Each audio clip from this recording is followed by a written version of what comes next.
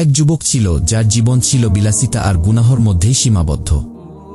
বন্ধুদের সঙ্গে সময় কাটানো, নামাজ থেকে দূরে থাকা আর রাতভর মোবাইল স্ক্রোলের সময় নষ্ট করা ছিল তার নিত্যদিনের অভ্যাস।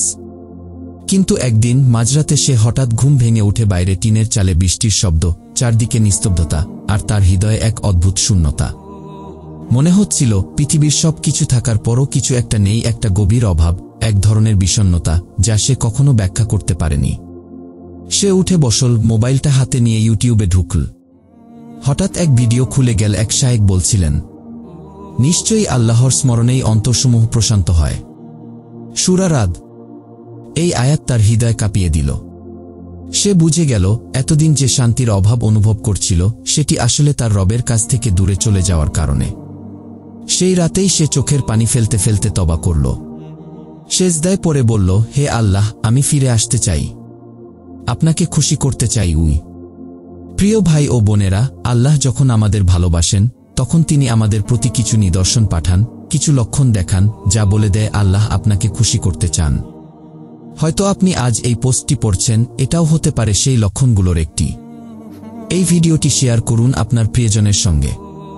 হয়তো কেউ ফিরে আসবে তার প্রভুর পথে, আর সেই সওয়াব আপনি পাবেন কিয়ামতের দিন। চলুন জেনে নেই সেই 5টি গুরুত্বপূর্ণ লক্ষণ কি যা প্রমাণ করে আল্লাহ আপনাকে ভালোবাসছেন এবং আপনাকে খুশি করতে চান। প্রথম লক্ষণ, নামাজে মনোযোগ বৃদ্ধি পাওয়া। নামাজ আমাদের রবের সঙ্গে সরাসরি সংযোগ স্থাপনের সবচেয়ে পবিত্র মাধ্যম।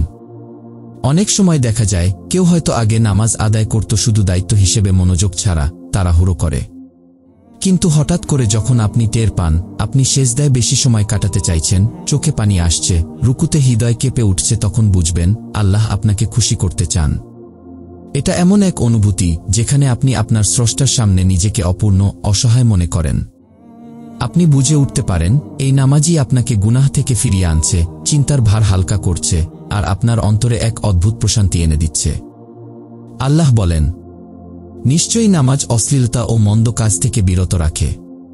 সূরা আনকাবুত। আপনি যদি লক্ষ্য করেন যে আপনি এখন নামাজে মনোযোগ দিতে পারছেন, কুরআনের আয়াত শুনে কাঁদতে মন চায়, তাহলে জেনে রাখুন এটি আল্লাহর তরফ থেকে একটি বিশেষ দয়া। এই অনুভূতি সবাই পায় না। এটা এক ধরনের ডিভাইন কলিং। আপনার এই পরিবর্তন, আপনার হৃদয়ের এই কোমলতা আপনার রবের ভালোবাসার একটি চিহ্ন। দ্বিতীয় লক্ষণটি, ভালো কাজে আগ্রহ বেড়ে যাওয়া। একসময় যেসব কাজ আপনাকে আকৃষ্ট করত না, কারো উপকার করা, গরিবকে সাহায্য করা, মসজিদে সময় কাটানো, কুরআনের তাফসির শোনা বা দানস্তকা করা, হঠাৎ করে সেসব কাজের প্রতি আগ্রহ জন্ম নিতে শুরু করলে বুঝে নিন আল্লাহ আপনাকে তার পথে ডাকছেন। এই আগ্রহ এমনি এমনি আসে না। এটা দুনিয়ার কোনো কন্টেন্ট, ট্রেন্ড বা মোহ নয়, এটা হলো রুহানিয়াত যার উৎস আসমান। আল্লাহ তাআলা বলেন, যারা সৎপথ গ্রহণ করে আল্লাহ তাদের হিদায়াত আরও বৃদ্ধি করে দেন এবং তাকওয়া দান করেন। সূরা মুহাম্মদ।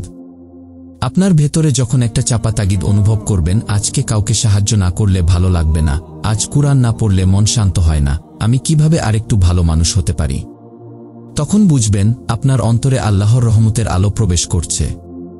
এই আগ্রহই একদিন আপনাকে এনে দাঁড় করাবে এমন এক উচ্চতায় যেখানে আপনার কাজ হবে শুধু মানুষের উপকার করা, নফসের খারাপ চাওয়া দমন করা, আর আল্লাহর জন্য জীবনকে গঠন করা।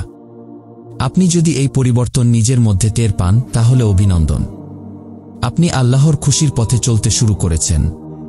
তৃতীয় লক্ষণটি, গুনাহ থেকে বিরত থাকার চেষ্টা করা।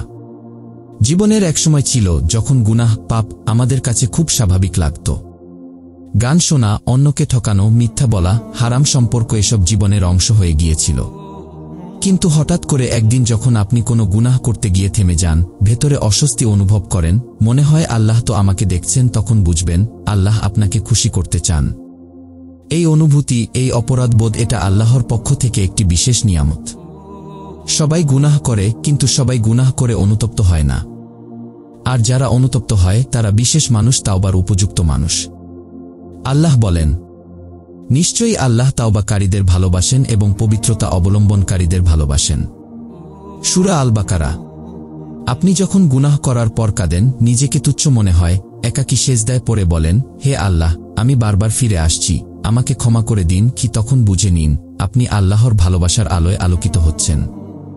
এই চেষ্টা, এই ফিরে আসার ইচ্ছাটিই প্রমাণ করে আপনি এখন আর আগের সেই মানুষ নন।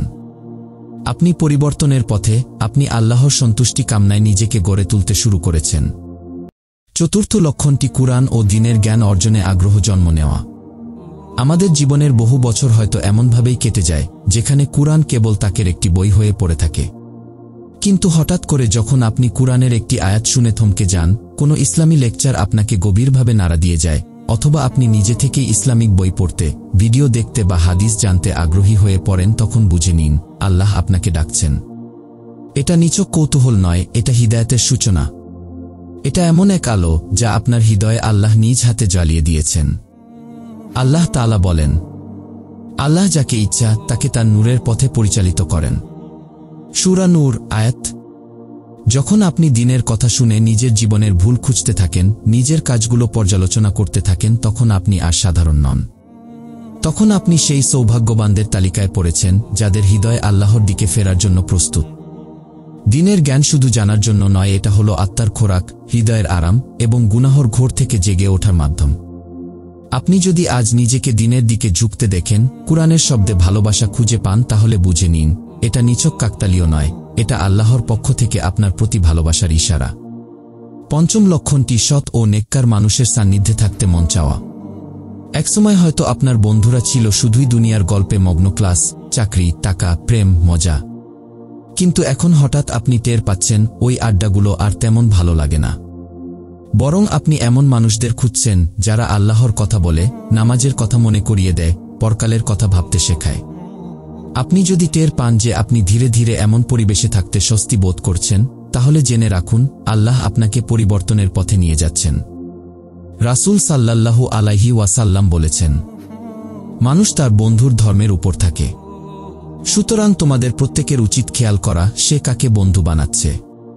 তিরমিজি। আল্লাহ যাকে ভালোবাসেন তিনি তাকে এমন মানুষের সঙ্গে যুক্ত করে দেন যারা তার ঈমানকে দ্বি করে, দুনিয়ার মোহ থেকে দূরে রাখে আর পরকালের কথা স্মরণ করায়।